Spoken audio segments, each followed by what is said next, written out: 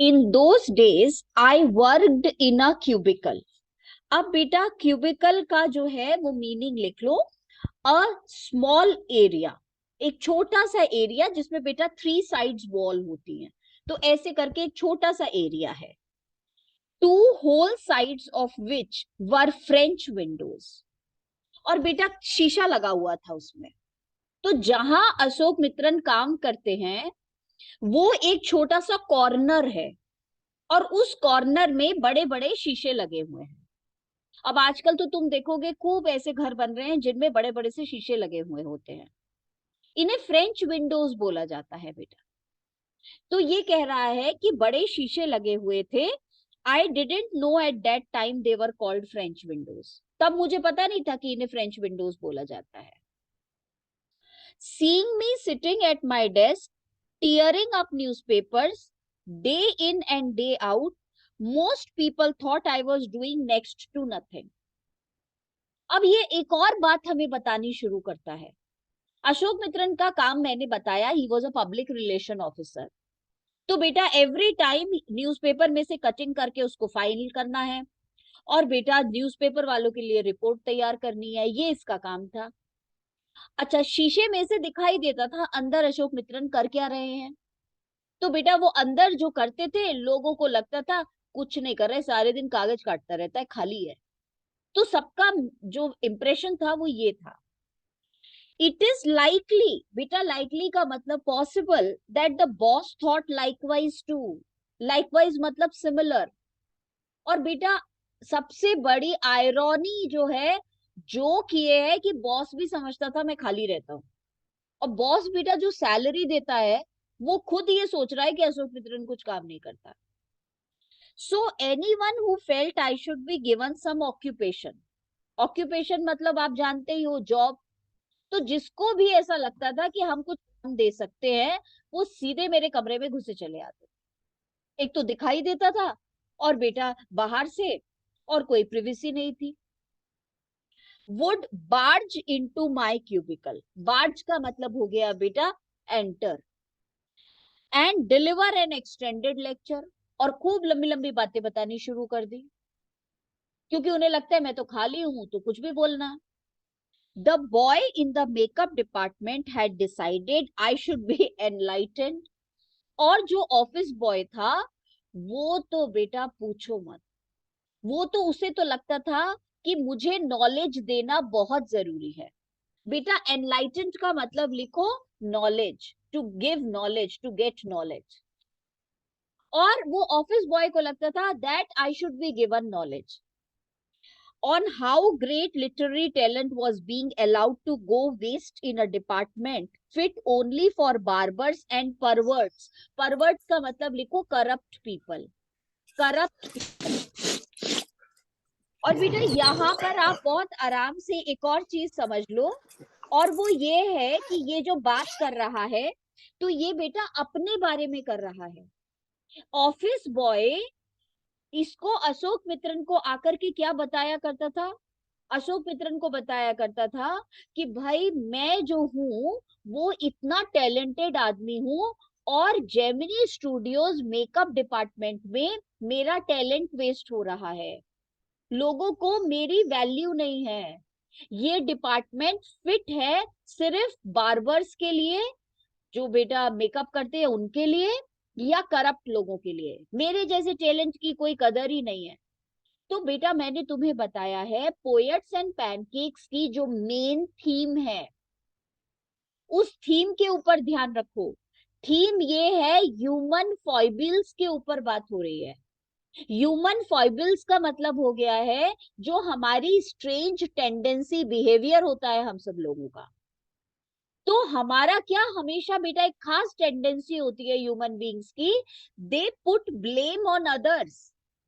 अपने फेलियर के लिए we don't hold ourselves responsible, we hold others to be responsible. तो हम लोग क्या करते हैं बेटा, दूसरे पे ब्लेम निकाल लगा देते हैं। तो ऑफिस बॉय अपना करियर नहीं बना पाया, इसलिए वो बोलता है कि यहाँ के लोगों को टैलेंट का जजमेंट नहीं है, यहाँ के लोग तो सिर्फ करप्ट लोगों को काम देते हैं। और बेटा सारा का सारा ब्लेम लगा देता है सुबु के ऊपर। अब इस चैप्टर में क्वेश्चंस जो आएंगे वो मेकअप डिपार्टमेंट के बारे में आएंगे और बेटा स्टोरी डिपार्टमेंट के बारे में आएंगे, जो अभी हमने नहीं पढ़ा, पढ़ेंगे हम। कैरेक्टर स्केच आएगा बेटा ऑफिस बॉय का या सुबु का, या एक लॉयर होगा, वो भी आपको याद करना है। तो ये अलग अलग है, बुक में से तो हम जैसे पढ़ रहे हैं सब एक साथ पढ़ रहे हैं, पर नोट्स में मैंने इसे अलग अलग कैटेगराइज करा हुआ है। भव्य बेटा बुक निकाल लेना flamingo, and it is like page number 59। Soon I was praying for crowd shooting all the time. Nothing short of it could save me from his epics. Epics का मतलब long poem, long story. और बेटा ये सारा time मुझे कुछ कुछ कुछ कुछ बताता रहता था। और अशोक मित्रन कहता है that he was always praying when there will be crowd shooting, तो बहुत अच्छा होगा ये कम से कम अपने बेटा मेकअप में बिजी हो जाएगा, अदरवाइज मैं तो बचूंगा ही नहीं इससे। अब आप आ जाइए ये वाला बेटा दूसरा बहुत इंपॉर्टेंट कैरेक्टर हमारी स्टोरी का, और ये कैरेक्टर सुबु का जो अशोक मित्रन ने बताया है, he has given left handed compliment. ये बेटा उसकी मजाक बना रहा है, सरकाजम। और ये जो सरकाजम है ये है भी कैसा, बड़े जेंटल वर्ड्स में बेटा इसने उसकी बुराई करी है। In all instances of frustration, बेटा जब भी वो फ्रस्ट्रेटेड होता था, you will always find the anger directed towards a single person. तो ऑफिस बॉय का ये बेटा टेंडेंसी था कि कुछ भी उसकी लाइफ में गलत हो रहा था वो पूरा का पूरा ब्लेम एक ही आदमी की तरफ लगाता था, डायरेक्टली और indirectly. A single person openly और कोवर्टली, कोवर्टली मतलब secretly. And this man of the makeup department was convinced that all his woes, woes का मतलब लिखो बेटा troubles, परेशानियां, दुख, grief। ignominy का मतलब लिखो disrespect and neglect were due to कोथा मंगलम सुबु। और बेटा ये सारा का सारा जो है ये ब्लेम लगाता है सुबु के ऊपर, कि जितना भी ऑफिस बॉय की ग्रीफ है, पेन है, जितना डिसरिगार्ड हो रहा है, जितना लोग उसे नेग्लेक्ट कर रहे हैं, सुबु की वजह से कर रहे हैं। बेटा Bhavya it is like poets and pancakes हम कर रहे हैं, page number 59 last paragraph. Subbu was the number 2 at Gemini Studios. और बेटा सुबु जो है उसकी पोजीशन बहुत ऊंची थी जेमिनी स्टूडियोज में। He couldn't have had a more encouraging opening in films than our grown-up makeup boy had. अब सुबु और ऑफिस बॉय एक ही टाइम पर जेमिनी स्टूडियोज ज्वाइन करा था और दोनों एक्टर डायरेक्टर बनने आए थे, कुछ नहीं बन पाए। On the contrary, he must have had to face more uncertain and difficult times. For का मतलब because when he began his career, there were no firmly established film producing companies or studios. सुबु ने जब studios join किया तो बेटा कोई खास ज्यादा अपॉर्चुनिटीज नहीं मिली, बहुत ही ऑर्डिनरी सा इसी स्टूडियो में ज्वाइन कर लिया था उसने।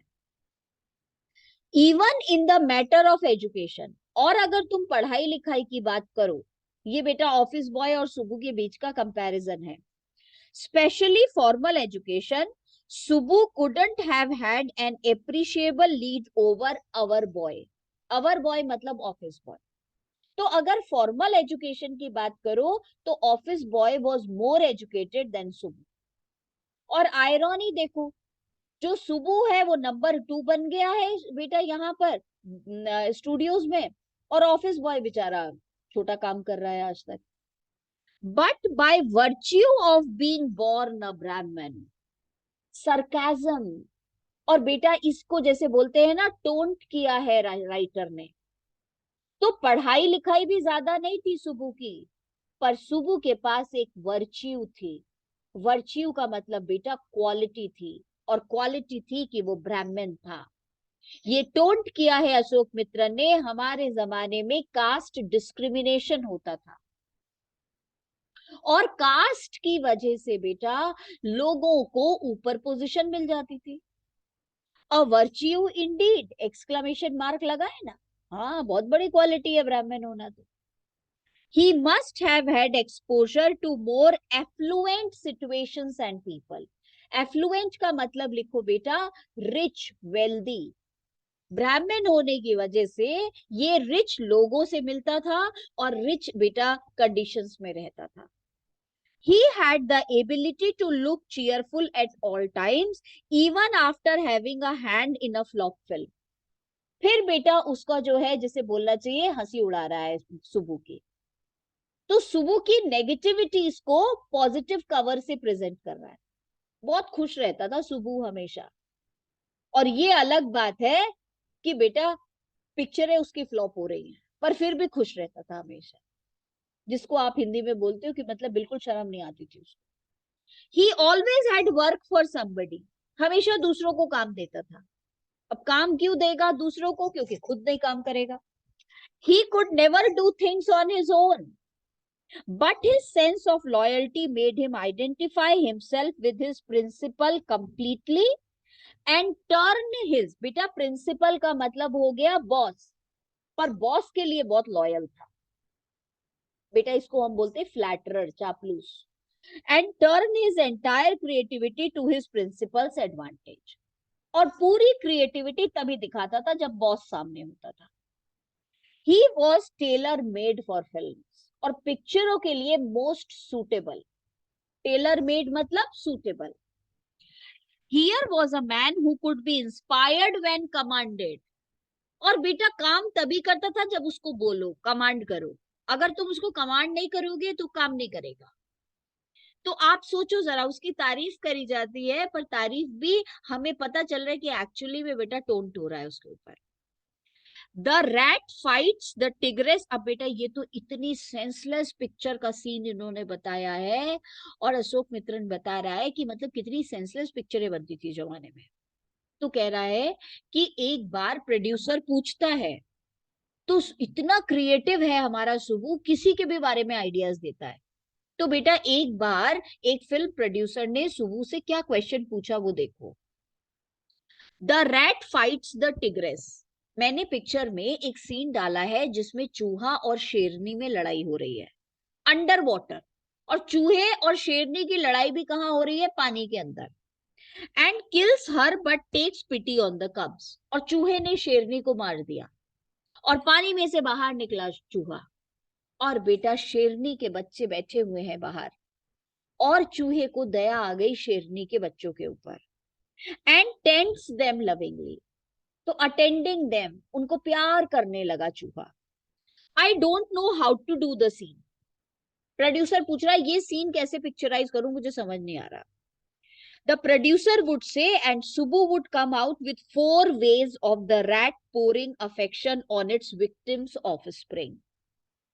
और बेटा इस सीन के लिए, ऐसे सीन के लिए भी, बिल्कुल सेंसलेस सीन के लिए भी हमारा सुबू 4 आइडियाज दे देता था।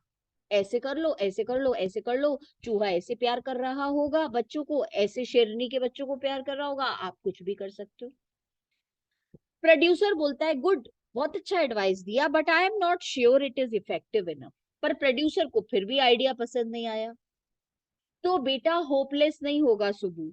The producer would say, and in a minute Subbu would come out with 14 more alternatives, तो 14 और ऑल्टरनेटिव दे देगा, प्यार ऐसे दिखाइए आप। Film making must have been and was so easy with a man like Subbu around, और बेटा ऐसा आदमी जब फिल्म डिपार्टमेंट में है तो फिल्म बनाना तो बहुत आसान है, जो इतना क्रिएटिव हो। And if there was a man who gave direction and definition to Gemini Studios during its golden years, it was Subbu. और बेटा सरकास्टिक लाइन है और बहुत ही ज्यादा टोंट करते हुए बोल रहा है, जेमिनी स्टूडियोज जितनी भी सक्सेस कर रहा था वो इसी की वजह से कर रहा था। बेटा पेज नंबर 60 पे पढ़ रहे हैं हम लोग। Now Subbu had a separate identity as a poet. आप सुन रहे हो, Subbu was number 2 in Gemini Studios. और बेटा सुबु जो है वो हमेशा खुश रहता है. He has work for others, he was tailor made for the film. और बेटा पोएट भी है, पोएट्री भी लिखता है. And though he was certainly capable of more complex and higher forms, बहुत अच्छी पोएट्री लिख सकता था वो. He deliberately का मतलब बेटा he thoughtfully, पर वो सोच करके chose to address his poetry to the masses. masses मतलब common people. लिख तो बहुत अच्छा सकता था पर लिखता नहीं था, लिखता था बस ऑर्डिनरी लोगों के लिए. बेटा his success in films overshadowed and dwarfed his literary achievements. dwarfed का मतलब होता है made shorter. और चूंकि ये फिल्म इंडस्ट्री में काम करता था इसलिए इसका बेटा पोएट्री जो है उसको लोग जानते नहीं थे, तो एज अ पोएट इसकी पोजीशन थोड़ी कम थी. और सो हिज क्रिटिक्स फेल्ट. तो बेटा इसके क्रिटिक्स कहते थे लिखता तो बहुत अच्छा है पर चूंकि फिल्म इंडस्ट्री में काम करता है इसलिए टाइम नहीं मिलता लिखने का. He composed several truly original story poems. बेटा स्टोरी पोएम्स तुम लोगों ने पढ़ी हुई है, बैलेड्स बोलते हैं. तो इसने बेटा बहुत सारी बैलेड्स भी लिखी थी. इन फोक रिफ्रेन आप समझ गए, लोकगीत जिसे बोलते हैं, पीपल सॉन्ग. एंड डिक्शन का मतलब लिखो बेटा लिल्ट मतलब words, use of words were very common. And also wrote a sprawling novel. बेटा स्प्रॉलिंग का मतलब होता है वेरी स्प्रेड अप, हर जगह फैली हुई एक नॉवल भी लिखी थी, मतलब it was very much red. और नॉवल जो सुबु ने लिखी थी वो थी थिलन्ना मोहन बल. ये बेटा नॉवल का नाम है. तो पोएट्री भी लिखते हैं साहब जी, फिल्म इंडस्ट्री में भी काम कर रहे हैं साहब जी.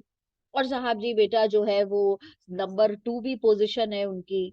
और बेटा साथ में नॉवल भी लिख डाली है उन्होंने with dozens of very deftly etched characters. बेटा deftly का मतलब लिखो skillfully, expertise. और etched characters का मतलब defined created characters. बड़े बेटा skillfully उसने अपनी नॉवल में इतने सारे कैरेक्टर्स डाले थे. He quite successfully recreated the mood and manner of the Devdasis. इसको सर्कल कर लो. और बेटा इसने देवदासीज के बारे में अपनी नॉवल में लिखा था, of the early 20th century. तो जो बेटा थिलन्ना मोहन बल, इसकी वो थी नॉवल, वो देवदासी प्रथा के ऊपर थी. He was an amazing actor. लो जी, और एक्टर भी कमाल का है. He never aspired to the lead roles. अब फिर समझ में आ जाएगा तुम्हें.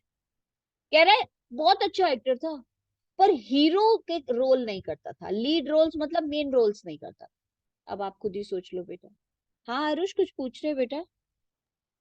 मैम देवदासीज क्या होता है? बेटा देवदासीज हमारे यहाँ साउथ इंडिया में पुराने जमाने में एक सिस्टम हुआ करता था.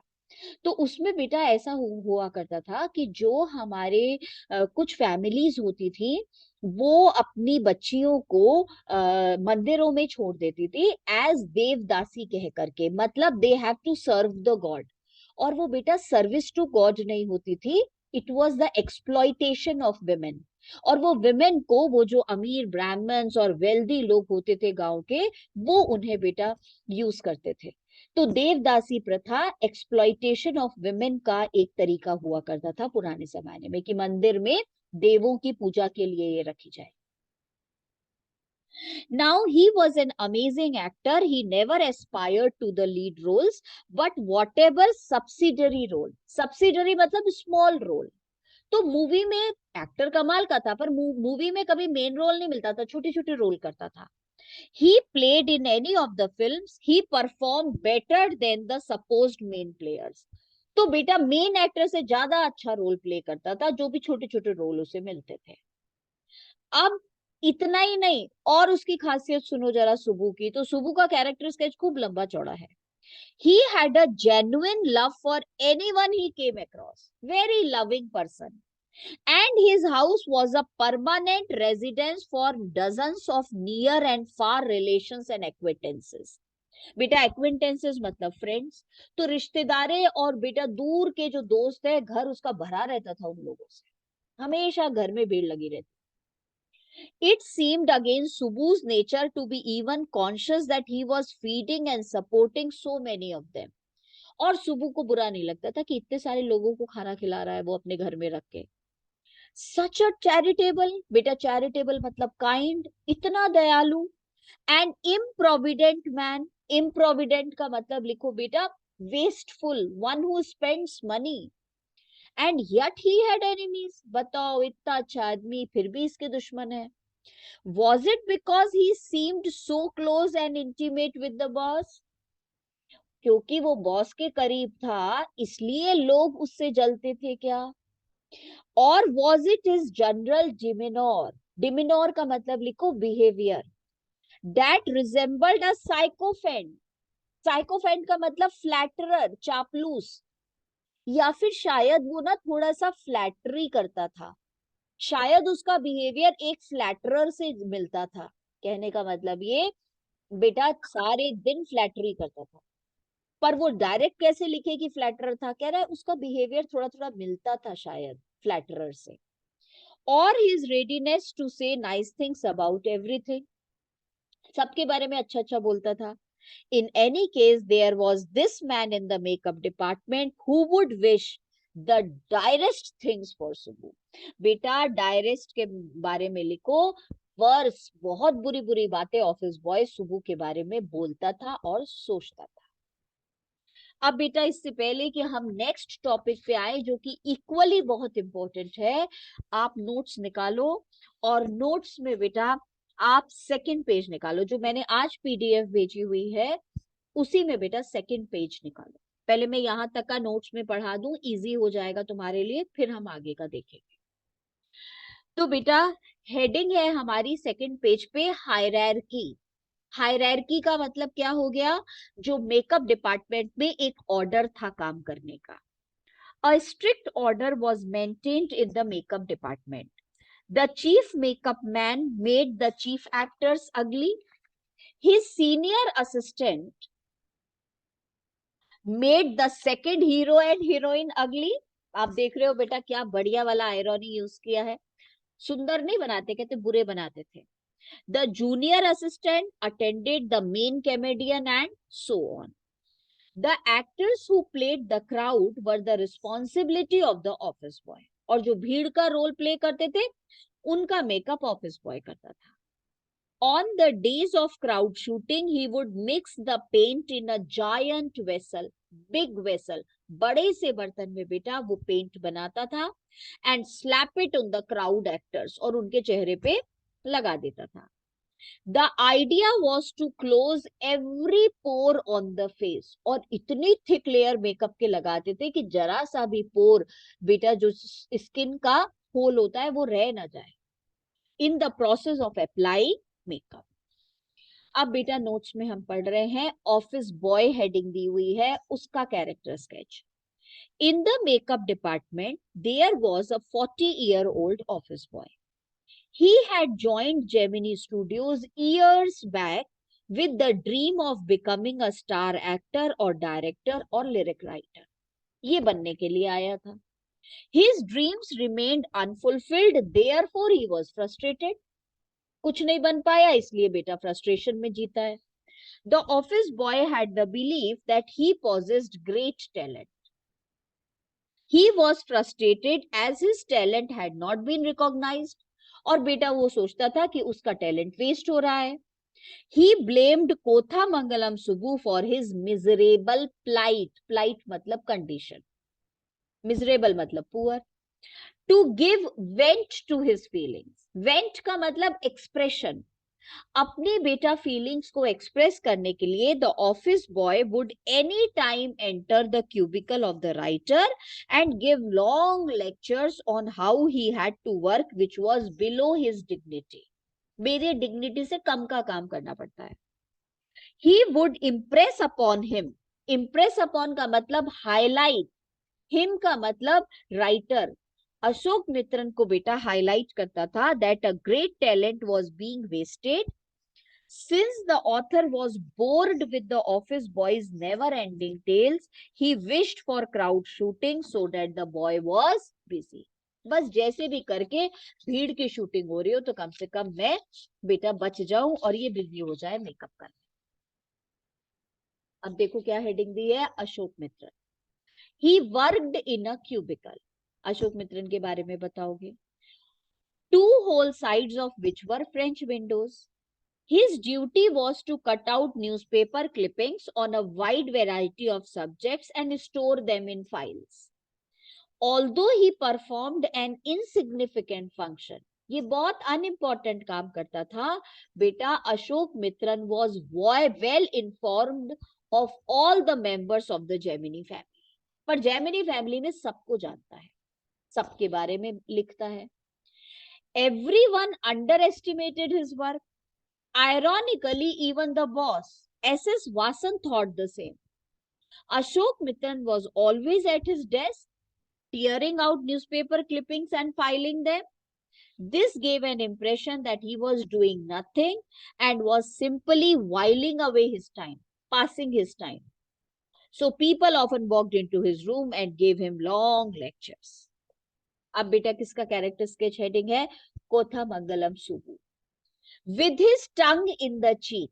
With his tongue in the cheek का मतलब बेटा हंसते हुए, अपनी हंसी को दबाते हुए, टोंट करा है। The author projects Subbu as a man of versatile abilities. Versatile मतलब different abilities. He was a go-getter. सच बताएं तो सुबु एक ऐसा आदमी था जो बेटा सबको धक्का देके बॉस के बिल्कुल पास पहुंच गया था। He was a go-getter who pushed his way to the top bracket. Although in the attendance roles, Subbu was grouped in the story department, he was always with the boss. Flattery करता हुआ उनके पीछे पीछे घूमता था। He was the second in command at Gemini Studios. He had also begun as a makeup boy.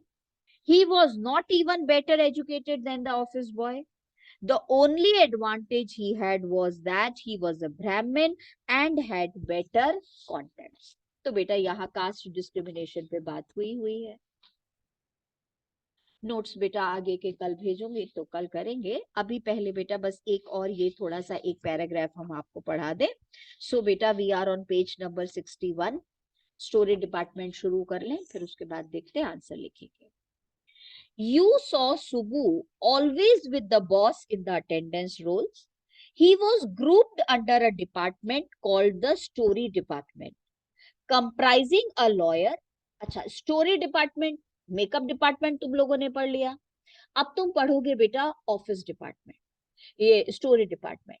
तो story department में कौन कौन लोग हैं बेटा? The story department comprising a lawyer and an assembly of writers and poets. Obviously बेटा story department में यही लोग होंगे, राइटर्स थे, पोएट्स थे। और बेटा अटेंडेंस रजिस्टर में देखो तो सुबू भी था, और इसके अलावा एक लीगल एडवाइजर भी था वहां पे। तो बेटा तीसरा कैरेक्टर स्केच हमें लॉयर का करना है। अभी तक का जो चैप्टर हमने पढ़ा उसमें टाइटल का मतलब क्या है वो क्वेश्चन आ सकता है बेटा। हीरोइंस का नाम क्यों दिया हुआ है वो आ सकता है। मेकअप डिपार्टमेंट आएगा। उसके बाद में बेटा ऑफिस बॉय, अशोक मित्रन, कोथामंगलम सुब्बू। और अगर क्वेश्चन स्टोरी डिपार्टमेंट के बारे में आता है तो भी तुम लॉयर लिखोगे, और लॉयर के बारे में आता है तो भी स्टोरी डिपार्टमेंट लिखोगे, क्योंकि स्टोरी डिपार्टमेंट में और कुछ है नहीं लॉयर के अलावा। एक और बंदे का डिस्क्रिप्शन कर रहा है बेटा, देखो तो। The lawyer was also officially known as the legal advisor, but everybody referred to him as the opposite. बेटा था तो वो लीगल एडवाइजर, पर एक्चुअली लोग उसे इलीगल एडवाइजर कहते, क्योंकि बेटा अपने काम से मतलब काम नहीं रखता था, दूसरों का काम बिगाड़ता था lawyer. An extremely talented actress. अच्छा, काम कैसे बिगाड़ता था इसका एक एग्जाम्पल देख लो बेटा। इन्होंने कहा है हमसे an extremely talented actress who was also extremely temperamental once blew over on the sets. एक हीरोइन थी बेटा और बहुत टैलेंटेड थी, पर बेटा बड़ी मूडी थी। टेम्परामेंटल मतलब मूड स्विंग्स होते हैं उसके। ब्लीव ओवर का मतलब गुस्सा। एक दिन बेटा उसको बहुत गुस्सा आ गया सेट्स पे, वाइल एवरीवन स्टूड स्टन, और हीरोइन को गुस्सा आ गया बेटा। तो सारे शूटिंग में जो लोग थे वो चुप खड़े हो गए, मैडम को गुस्सा आ रहा है। लॉयर का जरा तुम काम देखो, इलीगल एडवाइजर है कैसे काम बेटा बिगाड़ता है। And the lawyer quietly switched on the recording equipment, और लॉयर ने बेटा रिकॉर्डिंग इक्विपमेंट चालू कर दिया। And when the actress paused for breath, वो बेटा गुस्से में बोल रही थी और लॉयर ने रिकॉर्डिंग शुरू कर दी। पूरा उसका गुस्से में जो जो वो बोल रही थी बेटा सब रिकॉर्ड हो गया। और गुस्से में बोलती बोलती हीरोइन ऐसे थोड़ी देर सांस लेने के लिए रुकी, तो बेटा लॉयर का आप हिम्मत देखो, उसको बोलते हैं एक्सक्यूज मी, और पूरी की पूरी उसकी गुस्से वाली बातें उसी को सुना दी कि मैंने तो आपका गुस्सा रिकॉर्ड कर लिया। बेटा उसको तो, हीरोइन को इतना बड़ा शॉक लगा, उसको बिल्कुल आइडिया नहीं था कि लोग ऐसा भी करते हैं फिल्म इंडस्ट्री में। और बेटा वो उसके बाद से शूटिंग पे आई नहीं। वो इतनी टैलेंटेड एक्ट्रेस, और उसका जो है बेटा वो करियर खत्म कर दिया इसने अपने थॉटलेस केयरलेस एटीट्यूड से। The lawyer said to her, 1 minute please, and played back the recording. सारी रिकॉर्डिंग जो है वो सुना दी उसको। There was nothing incriminating. Incriminating का मतलब लिखो ब्लेमिंग। ऐसा नहीं था बेटा कि उसने अपनी इसमें कुछ बुरा बुरा बोला हो, कुछ बुरा नहीं बोला था, बस गुस्से में बोल रहे थे। ब्लेमिंग और अनमेंशनेबली फोल, फोल का मतलब होता है बेटा इविल फीलिंग। कोई बैड बातें, कोई गलत बात नहीं बोली थी, बस गुस्से में वो बोलती जा रही थी। अबाउट द एक्ट्रेस टायरेट, टायरेट का मतलब लिखो लॉन्ग स्पीच। तो वो पूरी लॉन्ग स्पीच जो वो गुस्से में बोल रही थी, उसमें कोई बुरी बात नहीं बोली थी उसने against the producer. But when she heard her voice again through the sound equipment, she was struck dumb. बेटा she was silent. She was shocked कि मतलब ये क्या है, मेरी स्पीच गुस्से वाली कैसे रिकॉर्ड कर ली। एक girl from the country side, बेटा कंट्री साइड का मतलब टाउन, एक स्मॉल टाउन को बिलोंग करती थी वो। She hadn't gone through all the stages of worldly experience. अभी बेटा उसे वर्ल्ड का एक्सपीरियंस भी नहीं था। That generally precede का मतलब लिखो comes before a position of importance and sophistication. बेटा जब लोग इम्पोर्टेंट हो जाते हैं, फिल्म लाइन में आ जाते हैं, जब ग्लैमरस हो जाते हैं, तो लोग उनके साथ ऐसे प्रैंक्स करते हैं, लोग उनके साथ इस तरीके से बेटा बिहेव करते ही हैं। ये उस एक्ट्रेस को पता नहीं था क्योंकि वो छोटे से टाउन से आई थी। That she had found herself catapulted into, catapulted का मतलब लिखो hit upon, and she felt that she was hit very badly, और बेटा ऐसा उसको फील हुआ। She never quite recovered from the terror she felt that day, और उस दिन जो उसको फील हुआ वो उससे बेटा नहीं निकल पाई। That was the end of a brief and brilliant acting career, और बेटा इसके लॉयर की वजह से ऐसे हुआ। The legal advisor, who was also a member of the story department, had unwittingly का मतलब लिखो without thinking, बिना सोचे समझे, उसने बेटा had unwittingly brought about that sad end, उसका करियर खत्म कर दिया इतनी बुरी तरीके से। अब एक और बात, एक तो लॉयर इलीगल बेटा एडवाइजर है, उल्टे सीधे काम करता है। एक और उसका खास बात सुनो जरा बेटा, while every other member of the department wore a kind of uniform, khadi dhoti with a slightly oversized मतलब लिखो लूज, and clumsily का मतलब awkward, strange, tailored white khadi shirt. The legal advisor wore pants and a tie and sometimes a coat that looked like a coat of mail.